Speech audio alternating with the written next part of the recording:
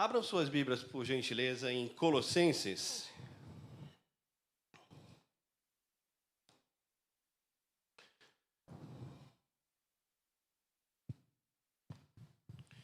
Bom, eu ia dar um tema a essa mensagem, mas surgiram vários temas, né? Alguns assuntos que serão tocados aqui, então eu não senti a vontade de dar um tema. Porque até mesmo eu acredito que o Espírito Santo possa fazer essa aplicabilidade no coração de cada um. E como não vai ser um tema só, né, eu vou discorrer sobre a carta de Colossenses, então fica sensível àquilo que o Senhor quer ministrar ao seu coração durante a exposição. Essa carta, ela não fez parte de uma pesquisa de trabalho, término de curso que eu fiz recentemente, mas ela tem tudo a ver. É a mensagem das Escrituras, né? É da ênfase. Na realidade, a ênfase dessa carta, essa igreja, ela sofria alguns ataques, né, de heresias, e por conta disso, Paulo escreve essa carta. No período da sua terceira viagem missionária, ele ficou aproximadamente na cidade de Éfeso, que era a capital da Ásia, né, uma grande metrópole. Ele ficou por volta de 3 anos, e nesses 3 anos ele implantou várias igrejas na Ásia Menor. E uma dessas igrejas é Colossos. Colossos fica à margem do Vale do Rio Lico, né? E próximo dessa cidade tinha mais 2 cidades, Hierápolis e Laodiceia. Por volta do ano de 46 depois de Cristo, essas 3 cidades elas foram devastadas por um terremoto, né? Um terremoto que veio para devastar essas cidades. Colossos e Hierápolis, por ter um poder aquisitivo um pouco menor que Laodiceia, não conseguiram se reestruturar. Laodiceia, por ser uma cidade rica, ela conseguiu se reestruturar. Paulo escreve essa carta em Roma, na sua primeira prisão. Ele ficou por mais ou menos 2 anos, né, preso, mas com uma certa liberdade condicional. Então, ele podia escrever, receber visitas, enfim. Dentro dessa primeira prisão, em Roma, ele escreve 3 cartas importantíssimas no Novo Testamento. Efésios, Filipenses, Colossenses e Filemão. Essas 3 cartas ele escreve aprisionado em Roma. E nessa carta, nessa exposição aqui de Colossenses, acreditamos, estudiosos, biblistas, dizem que Epáfras, porque não foi Paulo que fundou essa igreja de Colossos. Paulo nem passou por Colossos. A palavra diz que dá evidências que foi Epáfras. Então, sendo assim, essa igreja sofria alguns ataques. Então, acreditam que Epáfras não sabia como lidar com essas heresias, essas outras doutrinas falsas. Foi até a prisão em Roma falar para o discipulador dele. Paulo, está chegando umas coisas estranhas lá.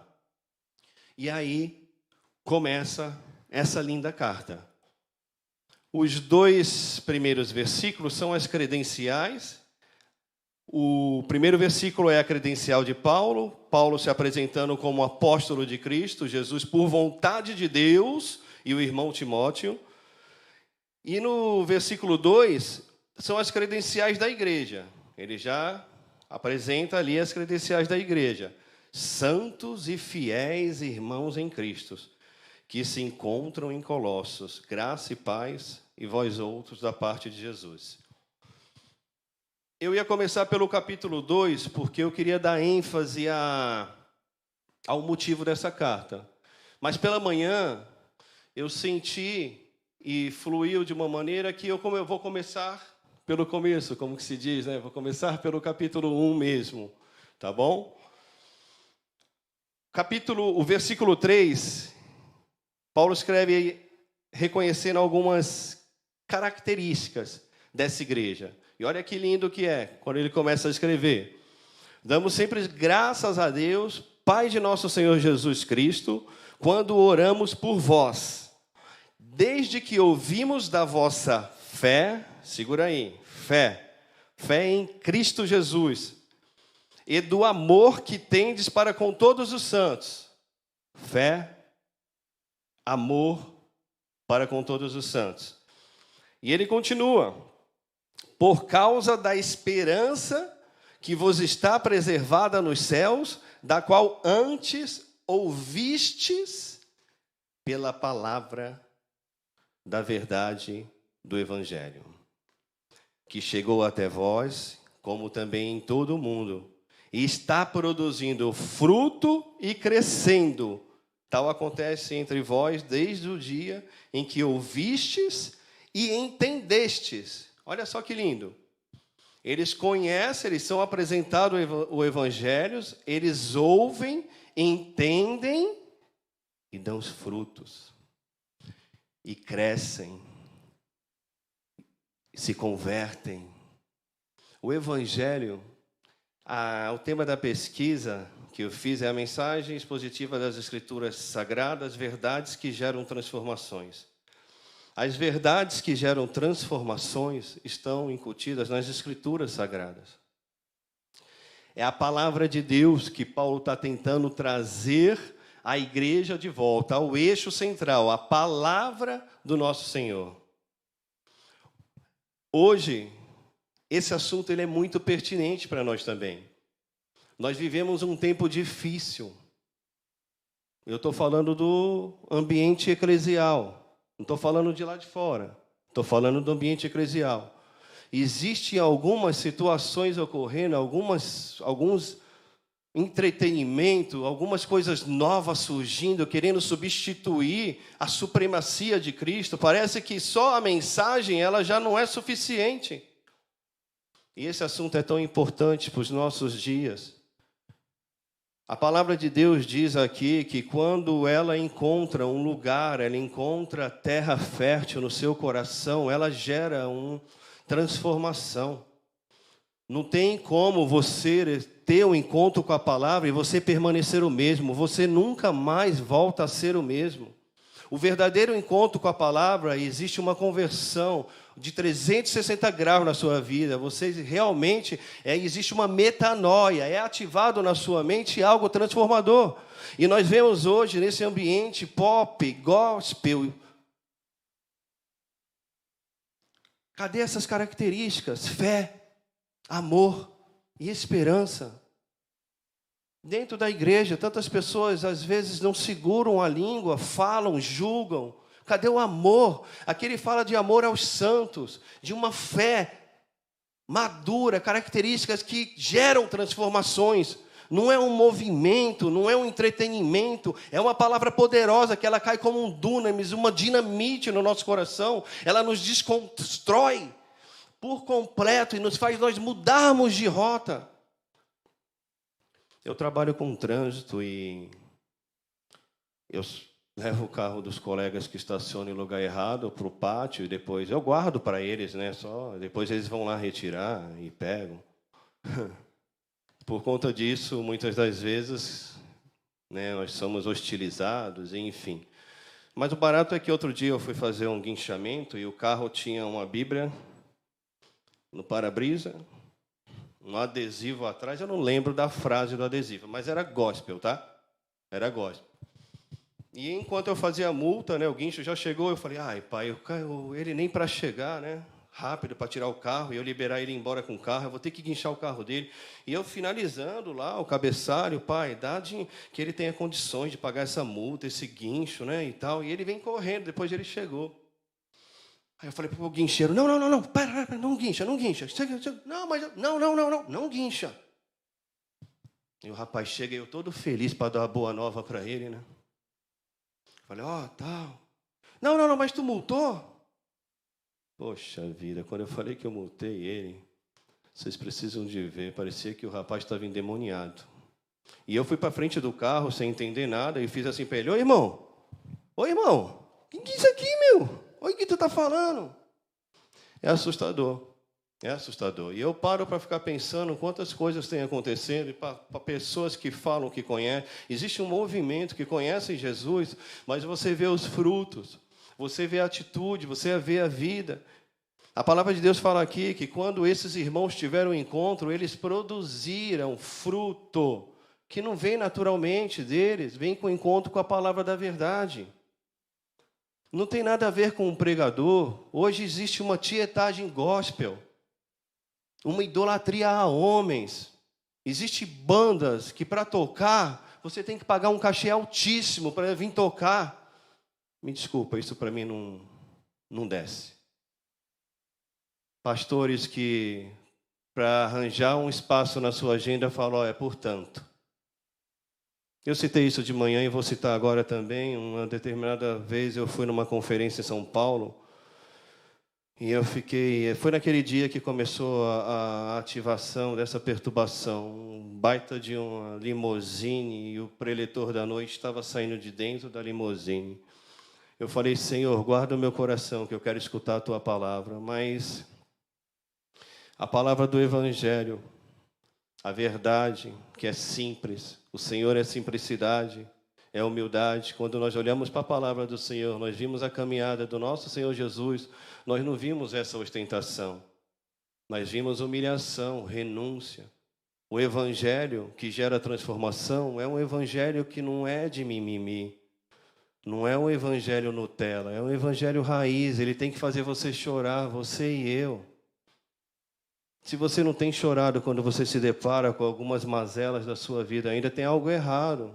Se você não tem se confrontado com essa régua aqui, deixado com que esse seja o parâmetro de vida, tem algo errado com o Evangelho. Eu não quero cair nessa modinha. Eu sei quem me encontrou, quem encontrou minha família, nós sabemos quem nós estamos crido. E essa modinha, você cuide-se, cuide-se. Por isso que a palavra hoje vai ser em torno do conhecimento bíblico. Hoje o analfabetismo bíblico está aí. Ninguém se aprofunda, deixam para se alimentar da palavra só aos domingos, ou numa célula, e negligenciam esse livro bendito e maravilhoso que gera vida, que transforma, que muda o ambiente onde você está. São essas as verdades que estão incutidas nesse livro que gera vida. Não tem nada a ver com pregador, não tem nada a ver com homem. O homem só carrega uma mensagem que não é dele. O que ele tem que transmitir é a mensagem que liberta, que cura, que salva, que transforma o mundo. É isso que o mundo está carente. O mundo está cansado de ouvir falar que Jesus é bom. Ele quer fazer a leitura na minha e na sua vida. Quem é esse aí? Você tem exalado? Qual o perfume que você tem exalado? E aqui eu quero deixar bem claro que eu não estou fazendo apologia contra a igreja, porque a minha família está toda aqui, ó. É um ambiente que eu gosto, é família de estar. Mas eu quero provocar tanto a mim, como eu tenho sido provocado, a você também. Sair da zona de conforto. Deixar de dar desculpas. Ser um crente mimimi. Não, nós fomos chamados para ir além. Hernandes Dias Lopes fala que o Evangelho não é aquilo que o homem faz para Deus, mas aquilo que Deus fez para o homem. O Evangelho é a boa notícia de Deus ao homem. Apesar do homem ser pecador, apesar de desde o início da criação, logo que Deus fez todas as coisas, o homem cai. Mas olha só, como que o nosso Deus ele é supremo, nada foge do controle dele. Logo no capítulo 3, ele nos aponta o proto-evangelho, não houve acidente, não houve nada estava fora do controle dele. No capítulo 3, no versículo 15, nós temos menção do primeira notificação do evangelho, proto-evangelho. Duas palavras, proto, são gregas, a proto é primeiro e evangelho, evangelho. Primeira menção do evangelho. Ele já dizia que foi a declaração de Deus à serpente no jardim do Éden sobre como a semente da mulher esmagaria a cabeça da serpente. E ele veio e ele fez isso por nós. Jesus, ele é o centro do Evangelho. Não tem nada fora dele, nada subsiste fora de Jesus. É a encarnação, a vida, a morte, a ressurreição e a ascensão de Cristo. Essa é a boa nova, esse é o Evangelho. O que vier fora isso, seja anátema, seja maldito. Jesus é o centro de tudo. E é legal que nessa passagem ele cita algumas características tão lindas, né? Eu vou pegar um texto do Martinho Lutero falando aqui sobre a fé. Ele fala que a fé sem amor não vale de nada. De fato, não é sequer fé, apenas aparência de fé. Eu peguei um de Lutero, agora eu vou para a Bíblia, que eu gosto de extrair da Bíblia. Mais ou menos a mesma coisa, tá? Olha o que a Bíblia nos diz. Se temos fé apenas nessa vida, somos dignos de lástima. Se esperamos em Cristo só nesta vida, somos os mais miseráveis de todos os homens. 1 Coríntios 15, 19.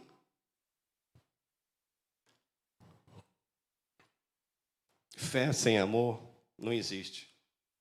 Ela é precedida de amor, de compaixão pelo próximo. Se nós não conseguimos amar quem nós vemos, olhar para o irmão estranho e ficar, é balela, é mentira. A palavra de Deus diz que é mentira dizer que ama a Deus. Está na hora da igreja se movimentar e entender o que o Evangelho requer de nós. O Evangelho requer uma resposta, uma renúncia, requer morte. Não é um evangelho suave, não é um oba-oba, é difícil. Por isso que Jesus falou, para aquele que quer seguir-me, negue-se a si mesmo, tome sua cruz e siga-me. Não é fácil, ninguém quer. Negar-se nos dias de hoje é desprezível para a sociedade em qual nós vivemos. As bibliotecas hoje estão lotadas de livros de autoajuda, valorizando o eu. Quem quer se desprezar? Só que o evangelho que tem base teológica é esse, é de renúncia, é de morte. Não é de reconhecimento humano, não é de... Não, é de morte.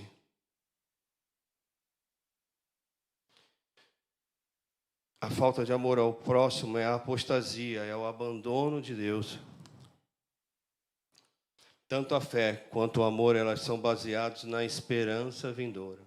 Nós só temos fé e amor quando os nossos olhos estão fixados naquilo que está por vir.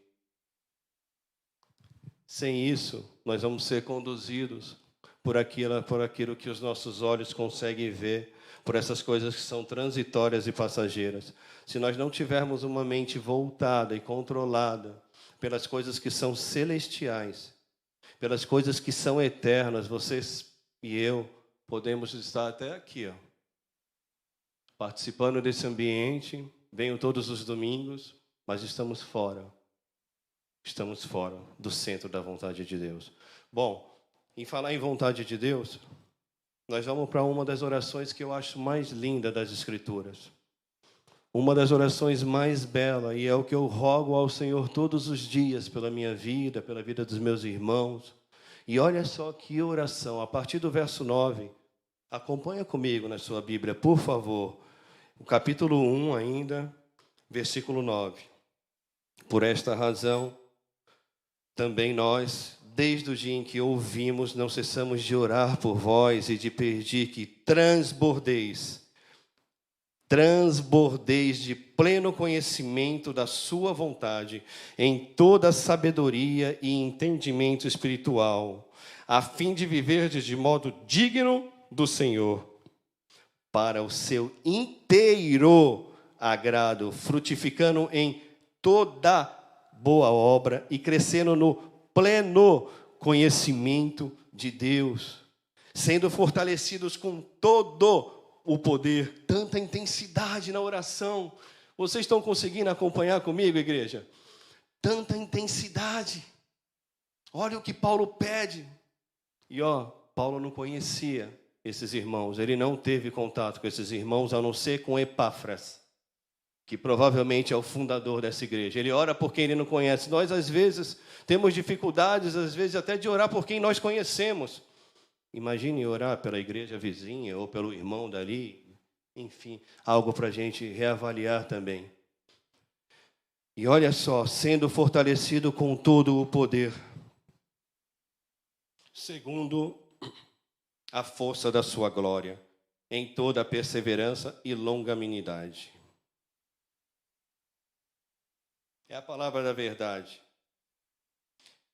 A palavra de Deus é a voz de Deus de uma forma humana para chegar a nós. Ele fez isso. Na realidade, para chegar a nós, ele se humilhou, ele se encarnou e passou por aquela situação de humilhação para que hoje eu e você, nós tivéssemos plena convicção do nosso futuro garantido. A palavra do Senhor, ela nunca foi uma palavra para suavizar as nossas emoções. Vivemos hoje no tempo da caixinha das promessas, vivemos hoje em um copo d'água, tanta coisa acontecendo, tanto misticismo. É sobre isso que Paulo está falando. Ele vai falar no capítulo 2 sobre isso. Hoje é legal você, nada contra, tá? Sobre as caixinhas das promessas, porque ela tem versículos extraídos da Bíblia. Só que são versículos fora de um contexto. E esses versículos fora de um contexto não diz muita coisa. Porque toda promessa, toda promessa contida nas Escrituras Sagradas, ela vem precedida de uma ordem. Mas sabe o que acontece nos dias de hoje? Nós queremos, sabe o quê? As promessas. As ordens. É secundário. Só que não é assim que funciona. Não é assim que funciona. Deus, ele não mente, a palavra dele é a verdade absoluta, só que não fique de olho na promessa. Antes da promessa, avalie todo o texto, você vai ver que ele requer de mim e de você algumas respostas. Nós temos que dar respostas. E hoje nós vemos cristãos ainda, evangélicos, falando que eu estou esperando o melhor de Deus até hoje. Olha, eu falei, irmão, tu ainda está esperando, já mais de 2000 anos já veio ele, meu Deus. Está com a Bíblia em casa, eu estou lendo todo dia, tu ainda está esperando isso? Eu não espero mais. O melhor de Deus já veio há mais de 2000 anos atrás, é Jesus, não tem nenhuma revelação nova, é mentira. Nada pode superar a pessoa de Jesus. Jesus é o centro, Jesus ele sustenta o universo com a sua mão poderosa. E se hoje eu e você, nós estamos aqui, é porque ele nos guardou até aqui. Tudo fora isso, sem ser Jesus, seja maldito. Leia as Escrituras, se aprofunde nela. Não deixe qualquer vento de doutrina te levar para lá e para cá. Pessoas que estavam um dia aqui, daqui a pouco já não estão mais. E eu chego a pensar, se essa pessoa teve um encontro real com o Evangelho, eu chego a questionar essa situação. Mudou tão fácil.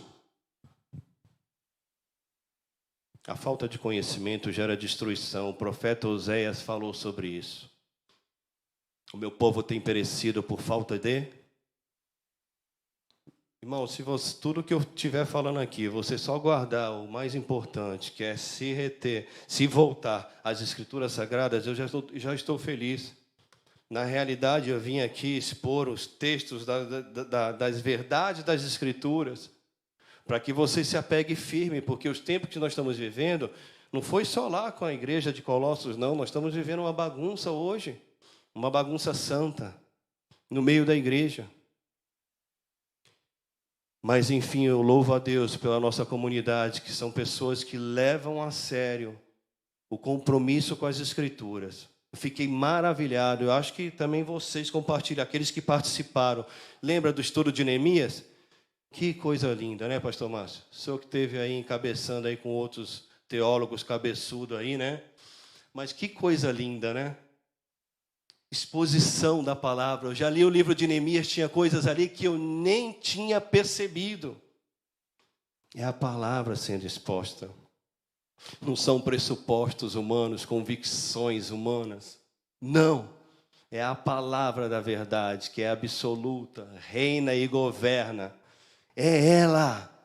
Não tem evangelho fora ela. Não tem. esse pleno conhecimento da vontade de Deus, olha que coisa linda, né?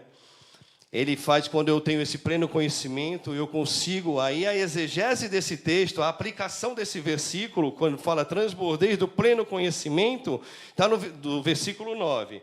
A aplicação dele está no versículo 10. Quando eu tenho pleno conhecimento, eu ando de modo digno. Como que eu vou agradar ao Senhor sem conhecer o Senhor?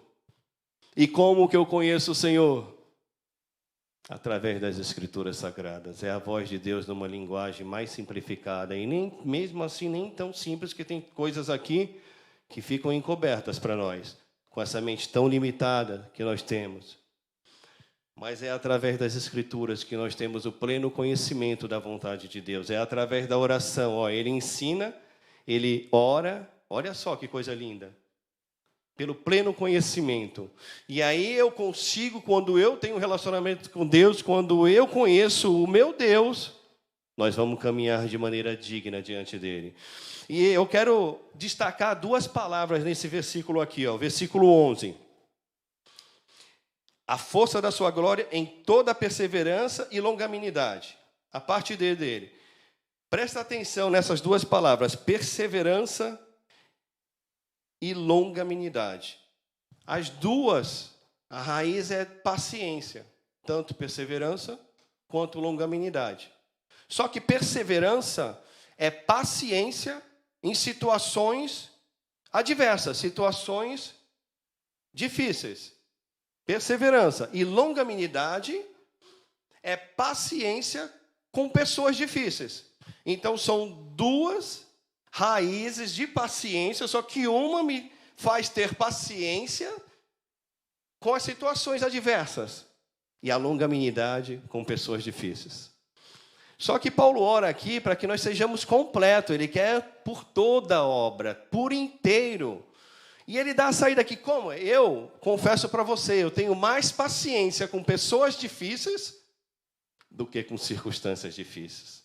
Eu passei o prumo também, o Espírito Santo falou, você tem mais facilidade com pessoas difíceis, porque você foi uma pessoa muito boazinha, né? Então, essa foi a sua área. Mas olha só, com circunstâncias difíceis da vida, eu já vi que eu pedi mais, roguei mais pelo Espírito Santo para me ajudar também a lidar. Paulo fala aqui, quando nós somos fortalecidos com todo o poder, nós passamos com toda a perseverança e longanimidade com alegria. Quem é que vai lidar em circunstâncias difíceis, com pessoas difíceis, com alegria, se não tiver o pleno conhecimento da vontade de Deus e transbordado o pleno conhecimento, sabedoria e espiritual da parte dele? Isso nós só conseguimos com esse pleno conhecimento da vontade de Deus. Com a sabedoria e entendimento espiritual. O entendimento espiritual nada mais é do que a aplicação destes textos na sua vida, em cada situação da sua vida. Cada momento que você estiver vivendo, você faça a exegese do texto da Bíblia para o seu coração. Essa é a sabedoria e entendimento qual Paulo pede para essa igreja. E aqui, no versículo 13... essa é a obra redentora, a verdade absoluta, a principal obra de Cristo. Olha só que coisa linda. Ele nos libertou do império das trevas e nos transportou para o reino do Filho do seu amor, no qual temos a redenção, a remissão dos pecados. Portanto, se você está em Cristo, nova criatura é, as coisas velhas se passaram e eis que tudo se fez novo. Nenhuma condenação há para você que está em Cristo Jesus. Ele pegou, o texto diz que ele lhe transportou e colocou nos lugares celestiais. Isso é uma verdade absoluta. Essa é a obra do nosso Senhor. Essa é a obra redentora.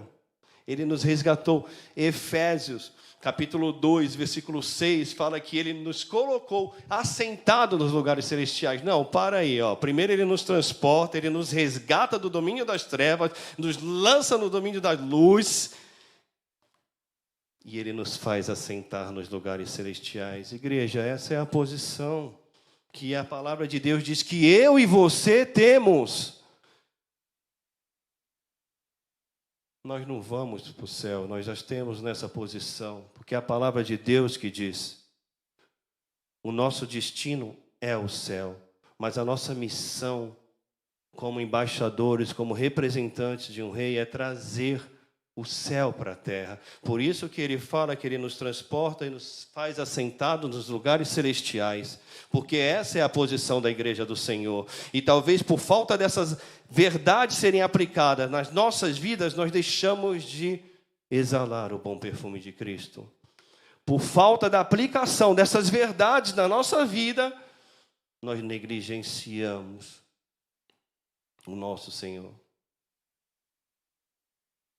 Eu e você, a igreja do Senhor Jesus, tem que se apropriar dessas verdades e parar de ficar se rastejando como um crente fosse um fracassado.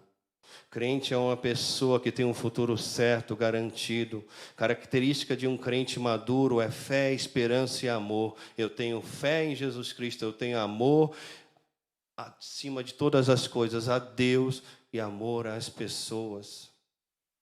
E eu espero, com certeza, aquilo que nos aguarda. O barato é que, muitas das vezes, nós estamos tão distraídos e apegados a tantas coisas aqui que muitos de nós, às vezes, não queremos nem morrer. Parece que não tem nem garantia. Está tão apegado às coisas do mundo, tem tantos projetos. Eu não vou dizer que não... projetos fazem parte da nossa vida, nós temos que estudar, fazer planos, mas isso não pode nos escravizar.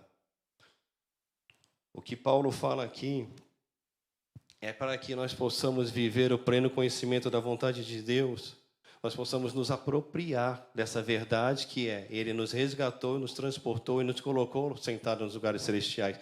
As coisas que são deste mundo, naturais, não podem ser mais elevadas daquilo que é sobrenatural, daquilo que é eterno.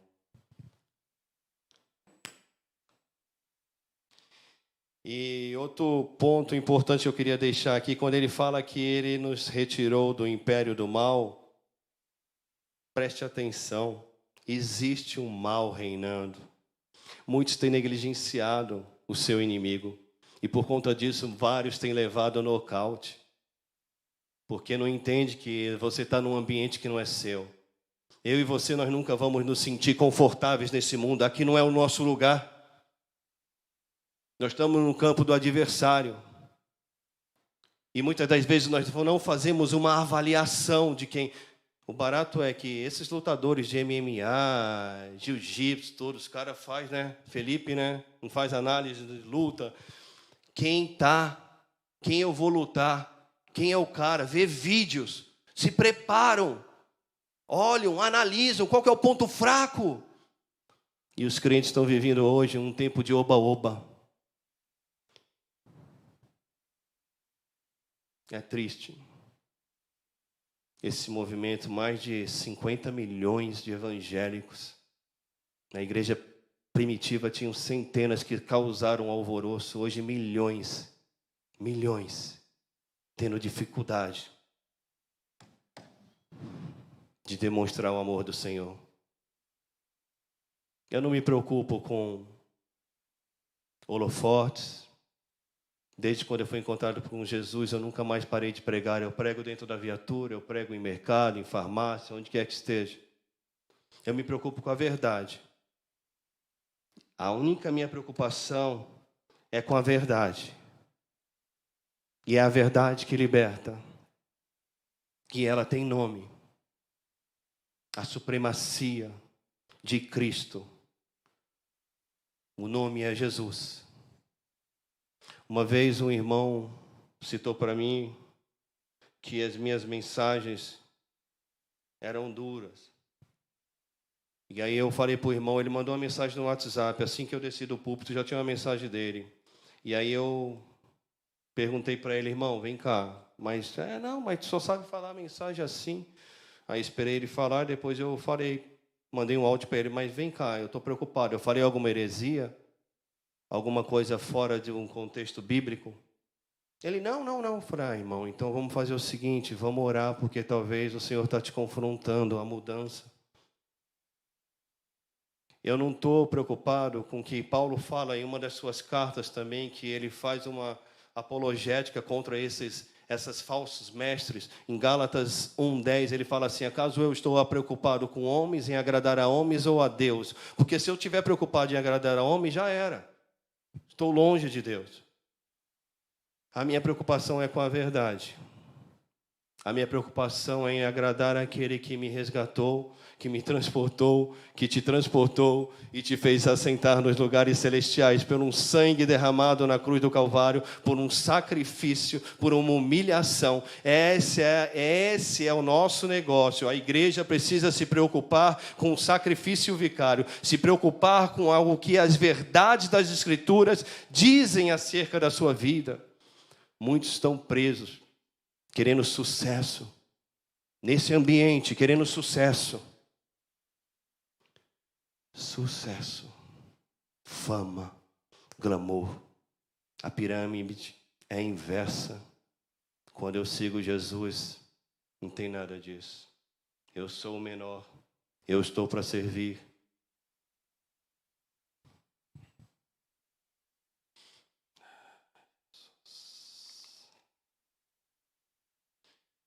O capítulo 2 fala sobre os ataques. E aí está a ênfase dessa carta, tem algumas ênfases, né, que é o poder do Evangelho, a supremacia de Cristo e os ataques a essas heresias, que provavelmente foi quando Epáfras relatou ao seu discipulador na cadeia que ele não sabia o que fazer. Ele saiu lá de Colossos, foi até Roma na prisão e falou para o discipulador dele: o negócio está pegando lá. Tem os caras com uns negócios estranhos aí, com umas doutrinas aí, umas falácias estranhas aí, eu não sei o que fazer. E aí, esse capítulo 2, ele desconstrói. Ele desconstrói. Né, no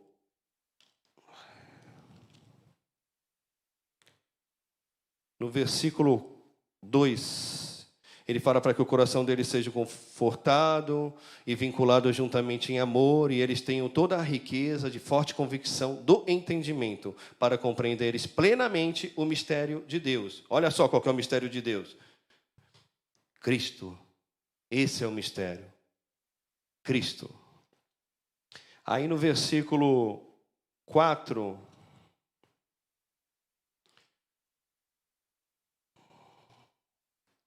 No versículo 4, ele fala assim: assim digo para que ninguém vos engane com raciocínios falazes. Olha a preocupação já. Paulo, ele faz um pano de fundo, pega o capítulo 1 ali, expõe ali quem é, o que é a palavra. Ele está dando ali tipo a segunda vacina. A primeira vacina não fez tanto efeito.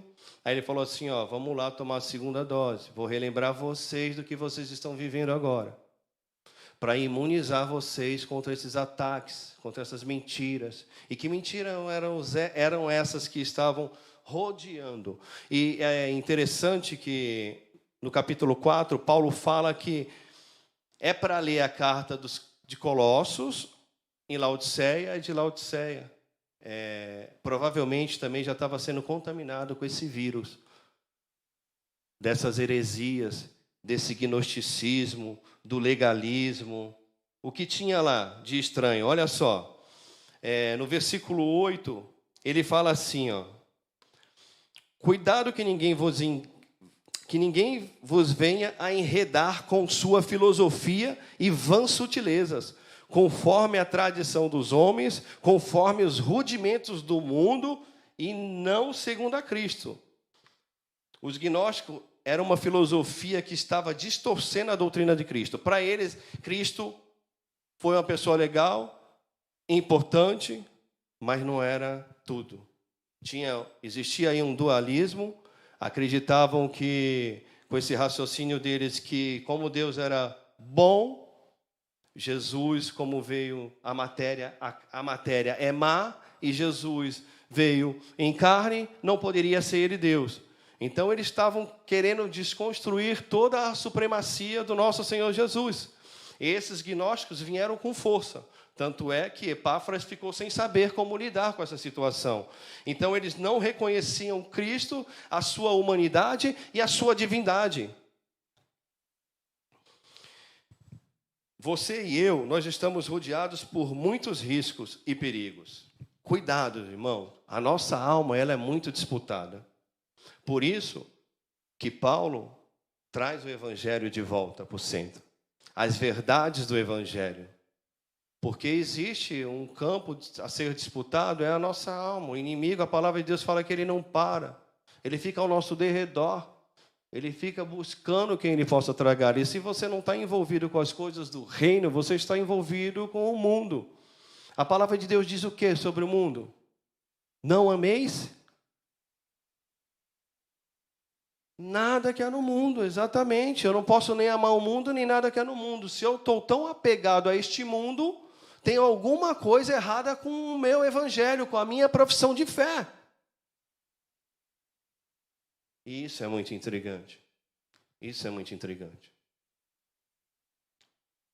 Bom, gnosticismo foi um que eu citei, agora nós vamos para o legalismo. O legalismo nós vamos ver do versículo 16 a 17. Olha só, a preocupação dele com o cerimonialismo. Ninguém, pois, vos julgue por causa de comida e bebida, ou dia de festa, ou lua nova, ou sábados, porque tudo isso tem sido sombra das coisas que haviam de vir. Porém, o corpo é de Cristo.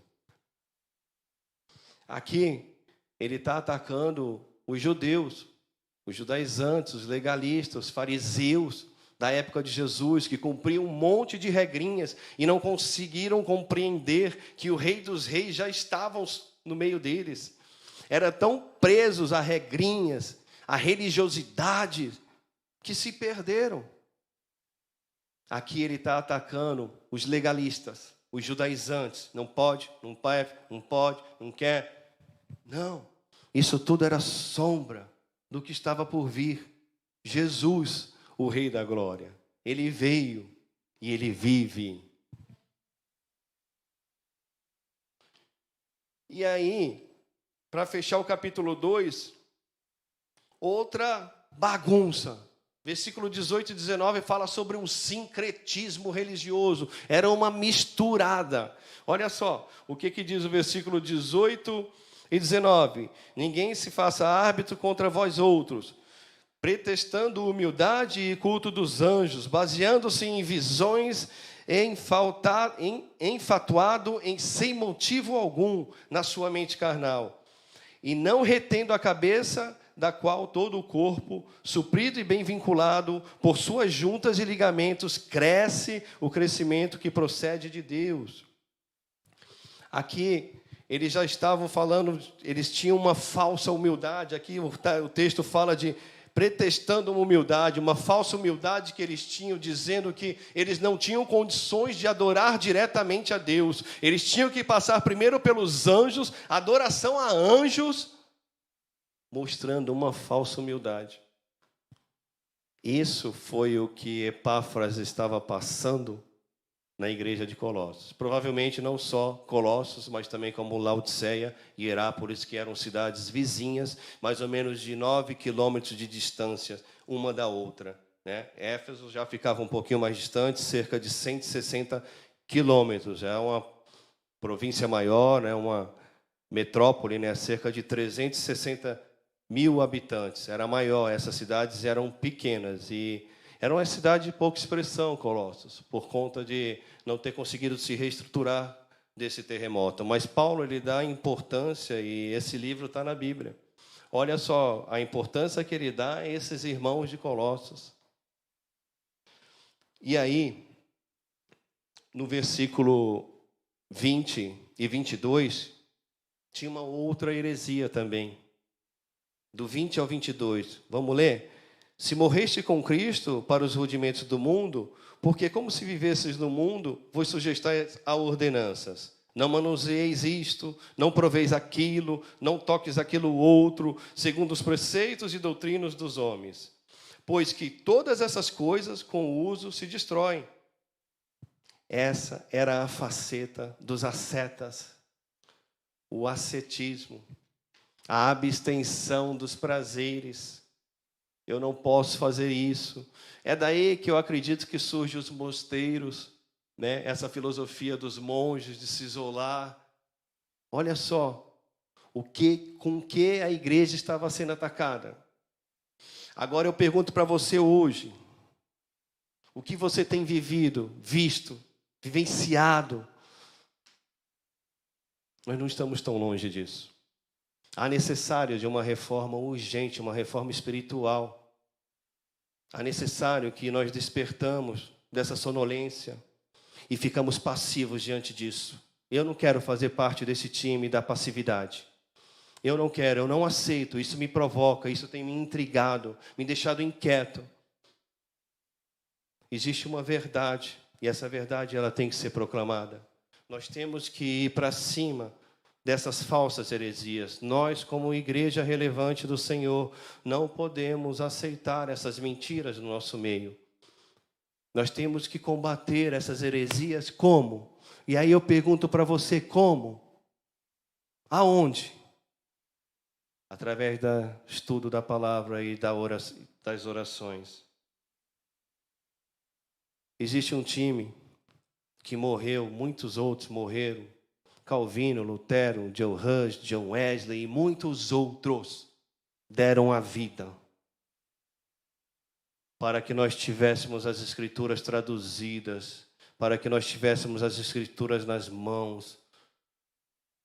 Eles não aceitavam estar somente com o clero, com a igreja, que estava enganando o povo, oprimindo o povo, cobrando indulgências do povo, o povo sendo enganado, sem ter o livro da verdade na sua mão. Só que hoje, eu e você, nós temos esse livro na mão, esse livro bendito, que é a voz de Deus numa linguagem humana, e mesmo assim nós negligenciamos essas verdades espirituais, negligenciamos o nosso tempo de busca. E por isso que muitos têm sido enganados.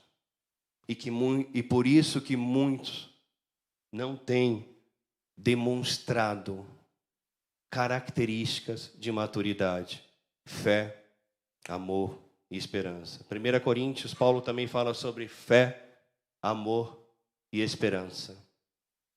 Essas são características fundamentais para a vida daqueles que receberam Jesus de fato. Vivemos numa sociedade embriagada pelo sucesso, não pela verdade. Querem ir onde está na moda. Qual que é a igreja que está na moda aí? Ó, tá bombando, tá cheia. Se está lá é porque é a palavra. Pessoas procurando coisas a mais do que Jesus. Se Jesus não é suficiente para você, você não vai parar em igreja nenhuma, irmão. O problema não está com a igreja, o problema está com você. Não teve um encontro genuíno com as verdades que libertam. Não adianta ficar culpando a igreja, fuxicando, se pulando. Se você ainda julga e olha para pessoas, me desculpa.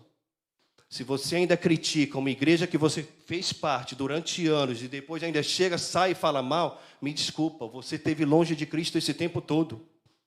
E essa é a verdade da palavra de Deus.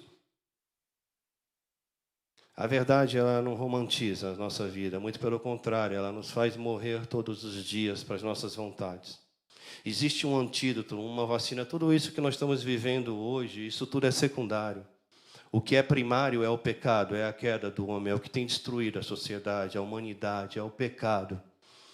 E essa vacina hoje está aqui no nosso meio, está passando para querendo te dar uma dose de bom ânimo e falar: vem que eu quero te imunizar contra essas mentiras, contra essa falsa doutrina, contra a sua vontade, contra a sua carne. Essa vacina tem um nome, não é Coronavac.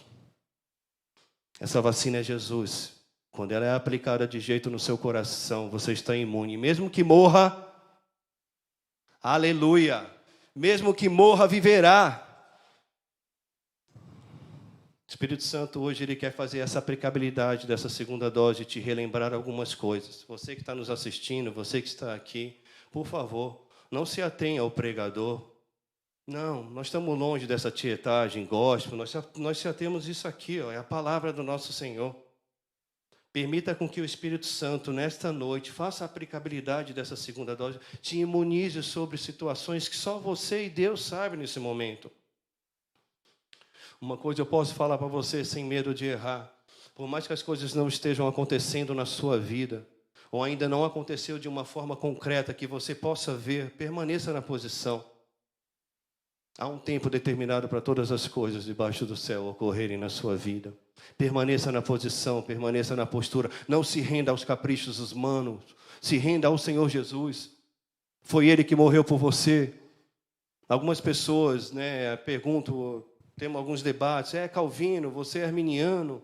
Falei, última conversa que eu tive com o irmão, falei, irmão, quem é Calvino e quem é arminiano? Morreu na cruz por mim. São pessoas importantes e eu não desconsidero. Mas eu não visto a camisa nem de um e nem de outro, eu não sou obrigado. Eu pego os princípios elementares em Cristo Jesus e vou fluir nessa direção. E tem irmão que gosta, né? Não, mas se na tua igreja o teu rebanho perguntar, eu falei, eu vou falar que os princípios elementares em Cristo Jesus. Eu não sou obrigado a defender nem Calvino, nem Lutero, ou nem arminiano, ou ter minha posição teológica em cima disso. Uma coisa eu sei que eu sou obrigado, é morrer todos os dias e caminhar com Cristo, olhando para o alto. Esses caras foram muito importantes e relevantes na história, e eu também quero ter minhas experiências com o Senhor. Não quero ficar pautado somente com as experiências deles. Li texto deles aqui, acho legal, compro o livro deles, leio, me aprofundo, mas mais que isso, o livro que não passa desapercebido da minha vida, todos os dias é esse aqui. Essa é a palavra que nos liberta. E eu vou finalizar com as características daquele que teve o verdadeiro encontro com o Senhor. E essas características ficam evidentes. Nas Escrituras nós vamos ler agora essas características. Enquanto eu vou estar lendo, por favor, permita que o Espírito Santo faça a aplicabilidade desse texto e te demonstre. Seja assim, é você e Ele, ninguém está vendo o que passa no seu interior. Você só precisa dar satisfação a Ele. Eu já estou aqui todo atrapalhado na minha bagunça, mas eu estou me arrumando, tá, igreja? Eu vou começar a ler.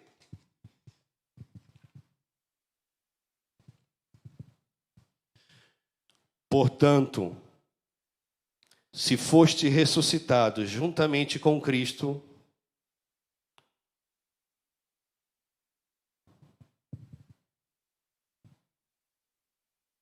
continuaram a ler? Vocês leram?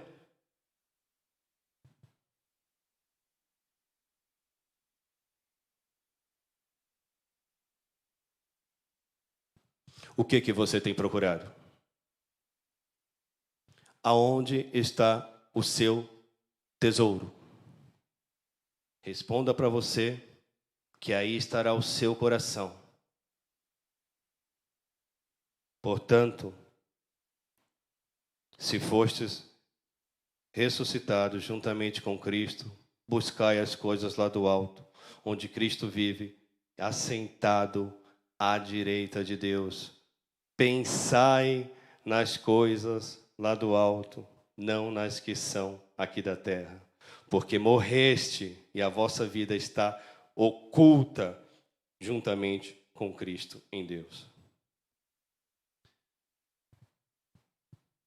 Se a sua mente está cativa e presa às preocupações deste mundo, aos seus projetos de vida, tão presos ao ponto de você não conseguir elevar os seus pensamentos e entender que existe uma eternidade para nós vivermos, talvez esse evangelho não tenha chegado até você ainda. Se você está preso neste mundo, amando este mundo de tal maneira